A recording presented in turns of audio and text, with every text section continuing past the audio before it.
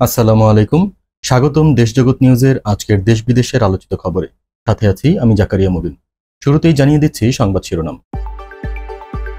যুক্তরাষ্ট্রকে নিয়ে ষড়যন্ত্র করছে চীন, বলেছেন ট্রাম্প। পশ্চিমা শক্তির মুখোশ উন্মোচন, গাজা ও ইউক্রেনকে নিয়ে দ্বিমুখী নীতির তীব্র সমালোচনা। ভেনেজুয়েলার নৌযানে মার্কিন হামলা, 11 জনের মৃত্যু। ডাকসু নির্বাচন নিয়ে নাটকীয়তা, ফরহাদের অংশগ্রহণে বাধা নেই। নির্বাচনের আগে পুলিশে রদবদল, 2000 এএসআই নিয়োগ ও 2000 পদোন্নতি। বিসিবির নির্বাচনে নামছেন আমিনুল ইসলাম বুলবুল। এবার শুনুন বিস্তারিত। যুক্তরাষ্ট্রকে নিয়ে ষড়যন্ত্র করছে চীন, বলেছেন ট্রাম্প। সম্প্রতি বেইজিংয়ে পালিত হল জাপানের আত্মসমর্পণের 80 বছর পূর্তি। চীনের বিশাল সামরিক কুচকাওয়াজ ছিল নিজেদের শক্তি প্রদর্শনের এক ঝলক। এই আড়ম্বরপূর্ণ আয়োজনে চীনের প্রেসিডেন্ট শি জিনপিং এর পাশে দেখা যায় রাশিয়ার ভ্লাদিমির পুতিন এবং উত্তর কোরিয়ার কিম জন উনকে।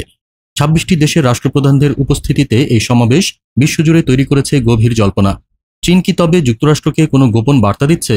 এই 3 দেশের ঐক্য কি নতুন কোনো হুমকির ইঙ্গিত? এসব জল্পনার মধ্যেই আচমকা বোমা ফাটালেন যুক্তরাষ্ট্রের প্রেসিডেন্ট ডোনাল্ড ট্রাম্প। নিজের ট্রুথ সোশ্যালে তিনি সরাসরি অভিযোগ করেছেন, রাশিয়া ও উত্তর কোরিয়াকে সঙ্গে নিয়ে যুক্তরাষ্ট্রের বিরুদ্ধে ষড়যন্ত্র করছেন চীনা প্রেসিডেন্ট শি জিনপিং। তিনি পুতিন ও কিম জন উনকে উষ্ণ শুভেচ্ছা জানিয়ে ইঙ্গিত দিয়েছেন, এই 3 দেশের ঐক্যবদ্ধ পদক্ষেপ যুক্তরাষ্ট্রের জন্য বড় চ্যালেঞ্জ। ট্রাম্পের এই বিস্ফোরক অভিযোগ কি কেবল রাজনৈতিক বাগাড়ম্বর, নাকি সাম্রাজ্যবাদী শক্তির বিরুদ্ধে এক নতুন অক্ষশক্তি দানা বাঁধছে? এই নতুন জোটের প্রভাব কি কেবল আন্তর্জাতিক রাজনীতিতেই সীমাবদ্ধ থাকবে, নাকি এর ঢেউ এসে লাগবে আমাদের মতো দেশগুলোতেও?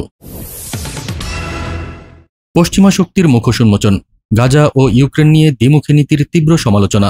এমন এক প্রশ্ন এখন ঘুরপাক খাচ্ছে বিশ্বজুড়ে, যা পশ্চিমা বিশ্বের আসল চেহারা উন্মোচন করতে শুরু করেছে। ইউক্রেন এবং গাজার দুটি ভিন্ন চিত্র।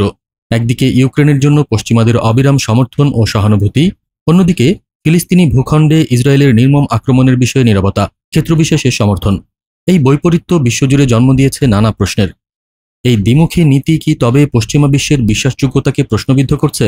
এই বিতর্কের মধ্যেই বিস্ফোরক মন্তব্য করলেন স্পেনের প্রধানমন্ত্রী পেদ্রো সানচেজ। দ্য গার্ডিয়ানকে দেওয়া এক সাক্ষাৎকারে তিনি পশ্চিমা দেশগুলোর এই দ্বিমুখী নীতির তীব্র সমালোচনা করেছেন। তার মতে, গাজায় ইসরায়েলের বর্বরতার বিষয়ে ইউরোপের প্রতিক্রিয়া একবিংশ শতাব্দীর আন্তর্জাতিক সম্পর্কের সবচেয়ে অন্ধকার ধাপগুলোর একটি। তিনি স্পষ্ট করে বলেছেন, ইউরোপ গাজার ক্ষেত্রে ব্যর্থ এবং ইসরায়েলকে প্রভাবিত করার ক্ষেত্রে দেশগুলো বিভক্ত।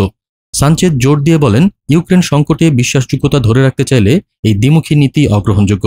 স্প্যানিশ প্রধানমন্ত্রীর এই মন্তব্য কি পশ্চিমা দেশগুলোর উপর চাপ বাড়াবে? মুসলিম বিশ্বে এর কী প্রভাব পড়বে, যখন ফিলিস্তিনের বিষয়ে পশ্চিমারা বারবার নিজেদের ব্যর্থ প্রমাণ করছে? ভেনেজুয়েলার নৌযানে মার্কিন হামলা, 11 জনের মৃত্যু। কিছুদিন আগেই ভেনেজুয়েলার প্রেসিডেন্ট নিকোলাস মাদুরো অভিযোগ করেছিলেন, তার সরকারকে উৎখাত করতে যুক্তরাষ্ট্র ক্যারিবীয় অঞ্চলে যুদ্ধজাহাজ ও ক্ষেপণাস্ত্র মোতায়েন করেছে। মাদুরো স্পষ্ট হুঁশিয়ারি দিয়েছিলেন, মার্কিন বাহিনী আক্রমণ করলে তিনি সশস্ত্র প্রজাতন্ত্র ঘোষণা করতে প্রস্তুত। ভেনেজুয়েলা শান্তিপক্ষে হলেও তারা যে কোনো আক্রমণের জবাব দিতে বদ্ধপরিকর। এই উত্তেজনার মধ্যেই ঘটল এক চাঞ্চল্যকর ঘটনা। মার্কিন প্রেসিডেন্ট ডোনাল্ড ট্রাম্প নিজেই ঘোষণা করেছেন, তার নির্দেশে ভেনেজুয়েলা থেকে মাদক বহনের সন্দেহে একটি নৌযানে হামলা চালিয়েছে মার্কিন সেনাবাহিনী। এই হামলায় কমপক্ষে 11 জন নিহত হয়েছেন। ট্রাম্প দাবি করেছেন, নিহতরা ভেনেজুয়েলার কুখ্যাত গ্যাং ট্রেন ডি আরাগুয়ার সদস্য এবং জাহাজটি আন্তর্জাতিক জলসীমায় যুক্তরাষ্ট্রে অবৈধ মাদক পরিবহন করছিল। তার দাবি, এটি মাদক ব্যবসায়ীদের জন্য একটি সতর্কবার্তা। তবে এই হামলার সুনির্দিষ্ট স্থান প্রকাশ করা হয়নি। মাদকের বিরুদ্ধে যুদ্ধের নামে একটি স্বাধীন দেশের নাগরিকদের ওপর এই হামলা কি আন্তর্জাতিক আইন লঙ্ঘন নয়? যুক্তরাষ্ট্র কি মাদকের আড়ালে ভেনেজুয়েলার সরকার পরিবর্তনে চাপ সৃষ্টি করতে চাইছে? ডাকসু নির্বাচন নিয়ে নাটকীয়তা, ফরহাদের অংশগ্রহণে বাধা নেই। 9 সেপ্টেম্বর অনুষ্ঠিতব্য ডাকসু নির্বাচনকে ঘিরে তৈরি হয়েছিল চরম অনিশ্চয়তা। হাইকোর্ট প্রথমে নির্বাচন স্থগিতের আদেশ দিলেও আপিল বিভাগ সেই রায় স্থগিত করেছেন। এই রদবদল যেন এক ইঙ্গিত দিচ্ছে, ভেতরের কলকাঠি নাড়ছে অদৃশ্য কোনো শক্তি। এই খেলার কেন্দ্রকে আর তাদের উদ্দেশ্যই বাকি। বিশেষ করে ভিন্নমতের শিক্ষার্থীদের অংশগ্রহণে যখন জটিলতা তৈরি হয়, তখন প্রশ্ন ওঠে গণতন্ত্রের ভবিষ্যৎ নিয়ে। সব জল্পনা কল্পনার অবসান ঘটিয়ে আপিল বিভাগ নিশ্চিত করেছেন, 9 সেপ্টেম্বরই ডাকসু নির্বাচন অনুষ্ঠিত হবে। সবচেয়ে গুরুত্বপূর্ণ খবর হলো, শিবির সমর্থিত প্যানেল ঐক্যবদ্ধ শিক্ষার্থী জোট থেকে সাধারণ সম্পাদক জিএস পদে SM ফরহাদের অংশগ্রহণে কোনো বাধা নেই। তার আইনজীবী শিশির মনির স্পষ্ট জানিয়েছেন, কে কোন দলের অনুসারী তা বিবেচনায়। ঢাকা বিশ্ববিদ্যালয়ের আইন মানছে কিনা সেটাই আসল। কিন্তু এই ঘটনার পেছনে যে অপচেষ্টা ছিল, তা কি ভবিষ্যতের জন্য এক অশনি সংকেত নয়? নির্বাচনের আগে পুলিশের রদবদল, 2000 এএসআই নিয়োগ ও 2000 পদোন্নতি। আসন্ন ত্রয়োদশ জাতীয় সংসদ নির্বাচনকে কেন্দ্র করে সরকার যখন রোল মডেল নির্বাচনের কথা বলছে, তখনই পুলিশ বাহিনীতে দেখা যাচ্ছে এক রহস্যজনক তৎপরতা। এমন সময়ে যখন দেশের রাজনৈতিক পরিস্থিতি উত্তপ্ত এবং রাজনৈতিক দলগুলো নিরপেক্ষ নির্বাচনের দাবিতে সোচ্চার, তখন এই ধরনের পদক্ষেপ স্বাভাবিকভাবেই নানা প্রশ্নের জন্ম দিচ্ছে। মাঠ প্রশাসনকে নিরপেক্ষ থাকার নির্দেশনা দেওয়া হলেও এই বিশাল রদবদল কি সেই নিরপেক্ষতাকেই প্রশ্নবিদ্ধ করছে?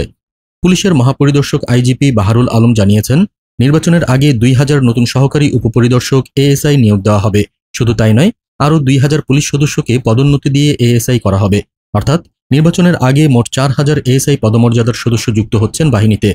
যদিও জনপ্রশাসন মন্ত্রণালয়ের সিনিয়র সচিব ডক্টর মোহাম্মদ মুখলেসুর রহমান দাবি করেছেন, নির্বাচনে কোনো পক্ষপাতিত্ব করলে কঠোর ব্যবস্থা নেওয়া হবে। কিন্তু এই বিপুল সংখ্যক নিয়োগ ও পদোন্নতি কি নির্বাচনী ব্যবস্থাপনার ওপর প্রভাব ফেলবে না? বিসিবির নির্বাচনে নামছেন আমিনুল ইসলাম বুলবুল। বাংলাদেশ ক্রিকেটে এক নতুন মোড়। আমিনুল ইসলাম বুলবুল এবার নির্বাচনে প্রতিদ্বন্দ্বিতা করবেন। অথচ এর আগে জাতীয় দলের সাবেক অধিনায়ক তামিম ইকবাল বিসিবি নির্বাচনে লড়ার ঘোষণা দিয়ে ঢাকার সংগঠকদের মধ্যে চাঞ্চল্য সৃষ্টি করেছিলেন। এই দুই গুরুত্বপূর্ণ ব্যক্তিত্বের প্রতিদ্বন্দ্বিতা কি বোর্ডকে নতুন দিকে নিয়ে যাবে? আমিনুল ইসলাম বুলবুল সরাসরি ঘোষণা দিয়েছেন তিনি বিসিবির নির্বাচন করবেন। তবে কোন ক্যাটাগরিতে তিনি প্রার্থী হবেন তা এখনও পরিষ্কার করেননি। ধারণা করা হচ্ছে তিনি ঢাকা বিভাগীয় ক্রীড়া সংস্থা থেকে অথবা সাবেক অধিনায়ক ক্যাটাগরি থেকে নির্বাচন করতে পারেন। উল্লেখ্য, সাবেক অধিনায়ক ক্যাটাগরিতে কারা কাউন্সিলর হবেন তা নির্ধারণ করেন বর্তমান বিসিবি সভাপতি।